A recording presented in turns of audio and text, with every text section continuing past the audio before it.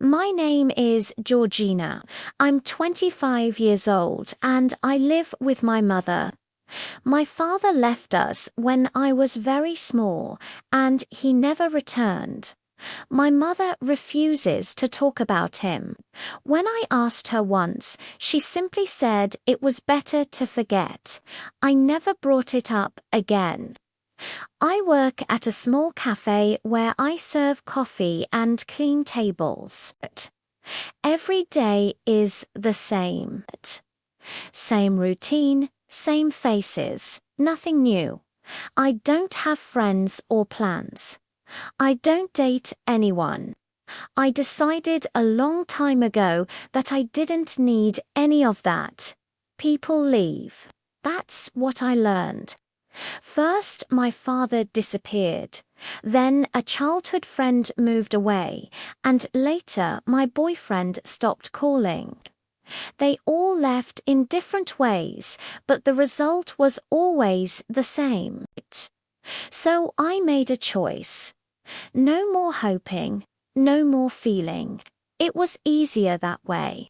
Then one ordinary day, a man walked into the cafe. I'd never seen him before. He ordered black coffee, no sugar, and barely spoke. He paid, sat down for a while, and left. I thought nothing of it. But the next day, he came back.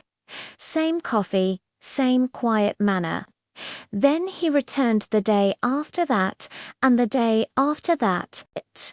He never smiled, never made conversation, but he kept coming. I couldn't understand it. Most people don't visit the same cafe 3 days in a row unless there's a reason. Maybe he just liked our coffee, I told myself. Or maybe it was something else. I tried not to think about it, but something felt different. He continued coming, day 4, day 5, day 6.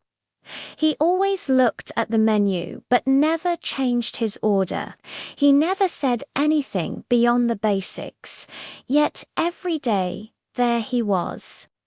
I started wondering why a quiet person would return so consistently, always at the same time. One morning when I arrived, he was already waiting. He looked up at me and said, "Hi." Just that one word. I didn't respond. The next day, he said nothing at all. I was confused. If he wanted to talk, why didn't he? And why was I even thinking about this? Days passed, and something inside me began to shift.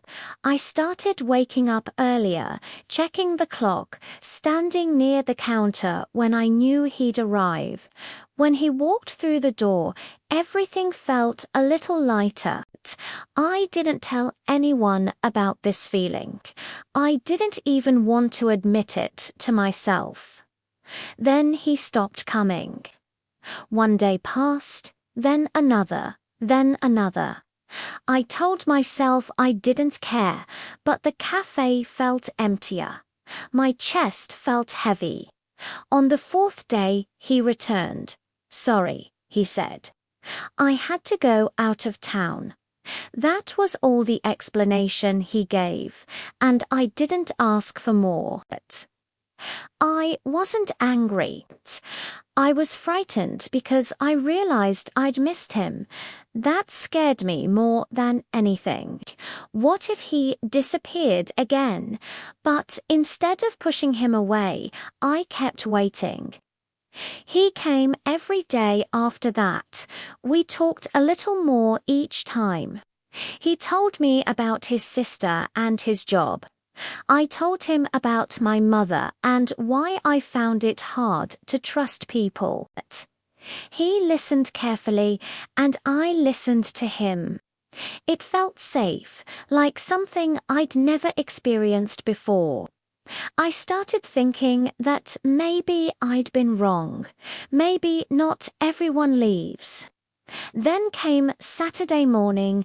I looked up when the door opened, and he walked in with a woman beside him. She was close to him, smiling, whispering something that made him laugh. They sat at our usual table, the one where we always talked. He didn't look at me or say hello. I walked over and took their order. "Thanks." He said nothing more. The woman glanced at me, then at him, then back at me. I said nothing, but my mind was racing. Who was she? Was this his girlfriend? Had I imagined everything? I finished my shift and went home. I couldn't eat or read or think clearly. Why hadn't he said anything? Why had he brought her here? Was I foolish to believe there was something between us? The next day he didn't come, or the next, or the one after that. The cafe felt hollow again, but this time it was worse, because now I knew what it felt like to have something there. On the fourth day, he returned alone. He walked straight to the counter. I stayed silent. "Can we talk?" he asked. I didn't answer. "The woman with me that day was my sister," he said quietly. I still didn't speak. "She was visiting for one day. I brought her here because I always talk about this place. I talk about you."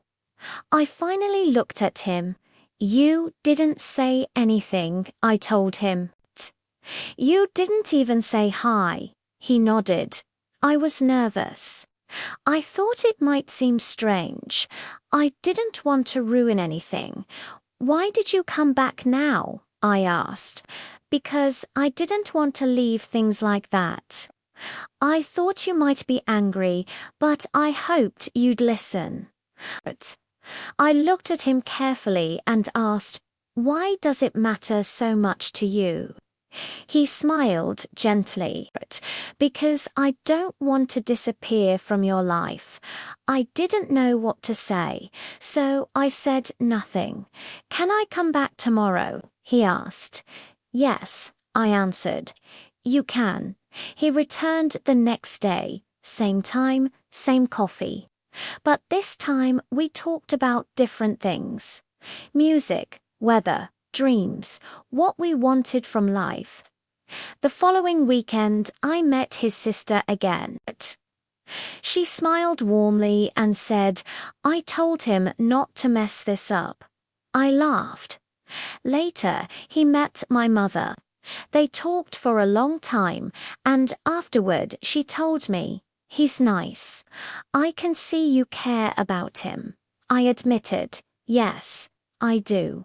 One evening I sat with him and said, "I used to be afraid of feeling anything, but now I don't want to go back." He looked at me and said, "You don't have to." And I believed him. I realized that not everyone leaves. Some people come into your life, stay, and change everything. He didn't arrive with grand gestures or beautiful words. He just stayed. That was enough. And slowly, without me noticing, he opened something I thought was closed forever at my heart. Because when we close our hearts to protect ourselves from pain, we also close the door to everything good. Kindness, friendship, love. We only truly start living when we're brave enough to open our hearts again.